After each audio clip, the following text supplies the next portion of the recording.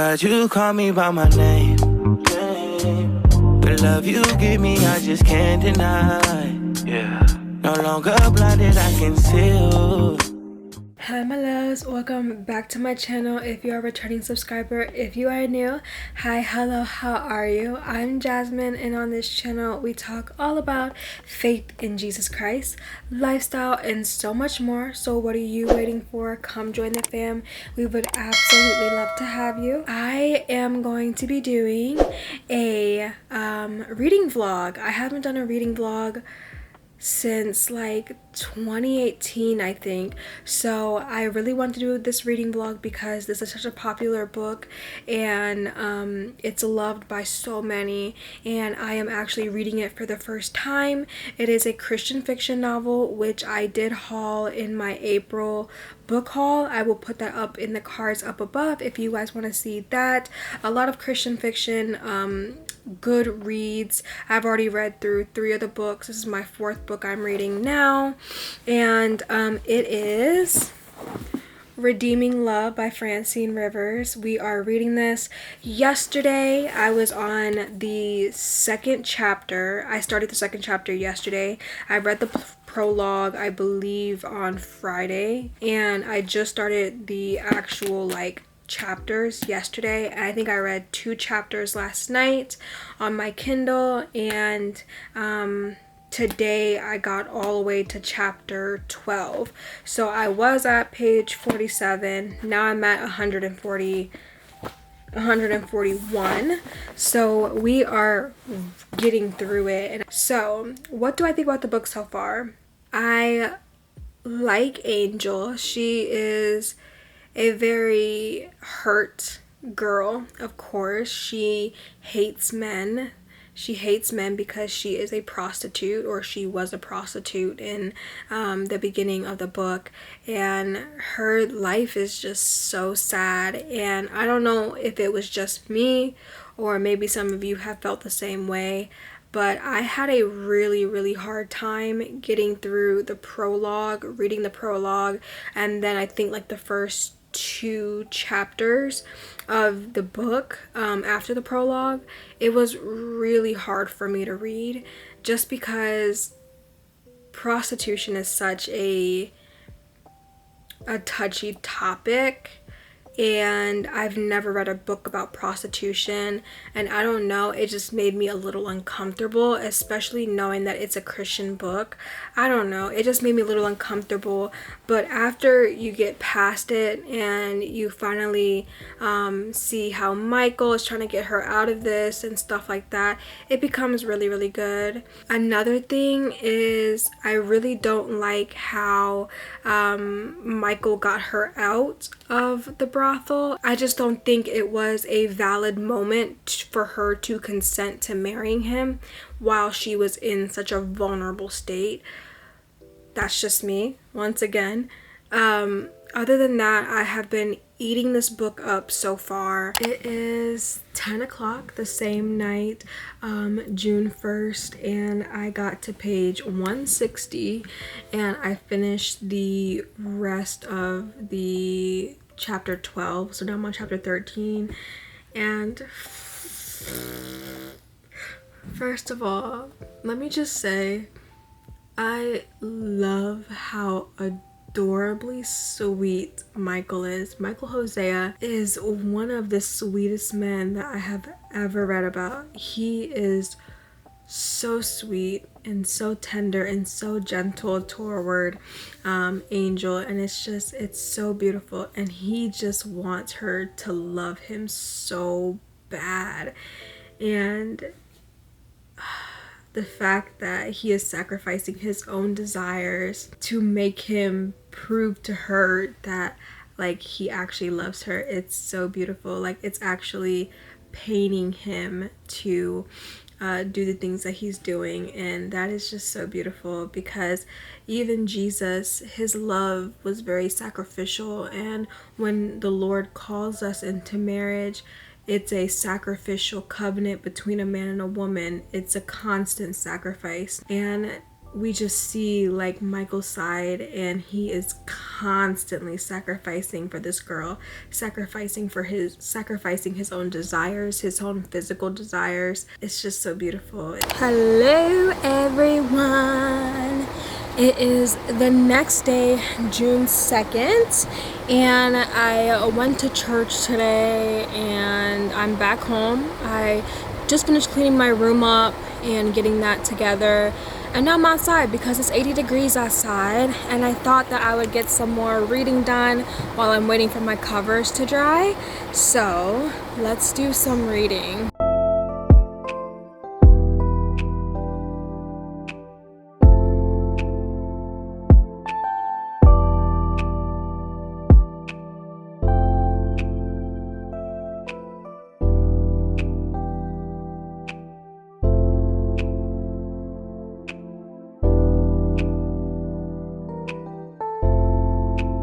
Okay, so I don't really want to give like a review of each chapter, but I just finished chapter 13. As you guys know, I was on chapter 12 last night when I finished reading. But the reason why I'm stopping here and giving you guys an update is because the next chapter says it's gonna be an hour and 6 minutes left in this chapter, and I'm not gonna sit here for an hour and read that right now, maybe tonight. But I wanted to talk about chapter 13 because, oh my gosh, like Michael is freaking so cute. Like, no matter what this girl does, like, the Lord really gives Michael the patience to deal with her. And I was even surprised by the things that he did after she did what she did. That man is a saint, and the fact is he doesn't even know that he's getting to her, and he's just kind of going based off of what the Lord's telling him, which the Lord is telling him to have patience, but no matter how much patience he has, it's like, to him, to his human eyes, it's like he's not getting through to her. No matter what he does, he's not making any progress. But behind the scenes, so much is going on, and the Lord is doing so much in her, and she is starting to feel something for Michael, and he doesn't even know it. So it just goes to show that we can't really ever lean on what we see in the physical, because we don't know what's really going on. It feels like we're stuck. It feels like we are not moving, stagnant, but really we are exactly in the place that God wants us to be. And right now, the things that Michael is doing for Angel or Sarah, whatever you want to call her, Mara, everything that he is doing for her, and he continues to do, even though she is hurting him and really testing his patience. But as long as he keeps on doing what the Lord is telling him to do, he is going to win the war. He's going to win the war, and he's going to have that woman love him, because she's already starting to love him.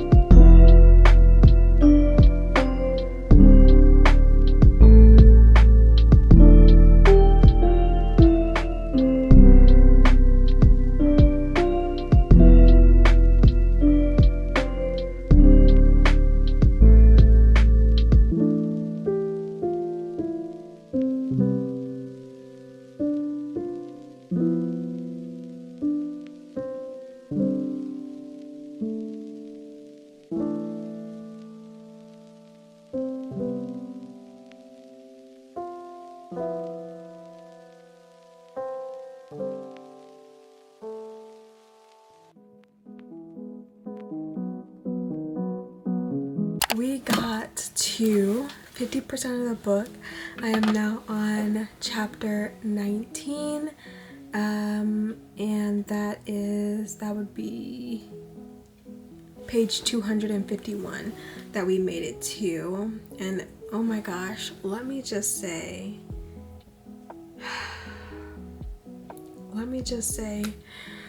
this book is just like, what the heck? I can't, like, I literally can't. Okay, so I'm gonna try to describe each chapter as best as possible.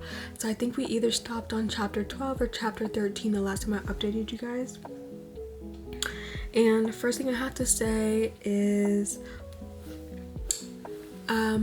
whatever chapter I was reading last, I think it was 13, I freaking wish that Michael put Paul 6 feet under, because I would have. If I was Michael, I would have definitely put that man 6 feet under for the things that he did, and the fact that they're family, so no matter what, they're always gonna have to be around each other. It's just ridiculous, and Paul is the biggest hypocrite I've ever seen in a book. So that's that. The next chapter, to that, all I have to say is, Michael, you know, we see that Michael is gentle, kind, God-fearing man until he gets mad. Oh my gosh. So, oh my gosh, the way that he went, oh, that man can fight. That's all I gotta say. Let me just say, that man can fight. Oh my gosh, and very surprising. He's not as gentle as everybody thinks he is. For the next chapter, all I really have to say is, honestly, when is Angel just going to accept her life? Honestly, when is this woman gonna accept her life and stop fighting Michael? Like, when is she gonna do that? Because I'm waiting for her to just stop fighting this man, because your best bet is him. Like, and she doesn't even realize that that this whole thing is literally a blessing from God. Like this whole time she's questioning, why did God put me into this? Why did God do this to me? Why? But now that God actually got her out of the situation, she doesn't want to believe that it is God. She wants to believe that it was Michael Hosea, and she doesn't want to believe that God actually got her out of the situation. When he did. He really got her out of the situation, but she doesn't want to believe that. So we're there with her. And the last thing I have to say is, I kind of feel bad for Michael, just because no matter what he does or where he goes, when he introduces people to his wife, they're always judging him, always, because of what she came from. And it's kind of like, one of the guys in the book said, it's kind of like a saint marrying a saint and a sinner being together. Why are you judging him for? Why are you judging him? And I know why everybody was judging him. It's because they want Michael to stay as pure as he is, and they think that Angel is gonna change him somehow, which, if anything, Michael is changing her. That man is so strong-minded. He's not changing for anybody, babe. He's really not. He has his faith. He's sticking to his faith. If she wants to believe in his faith, if she doesn't want to believe, it don't matter. He still reads the Bible to her every single night. He's still gonna go to church. He still talks about God to her. All the things, even offered to baptize her. So, like, he's never going to get rid of his belief system, and if anything, he is changing her.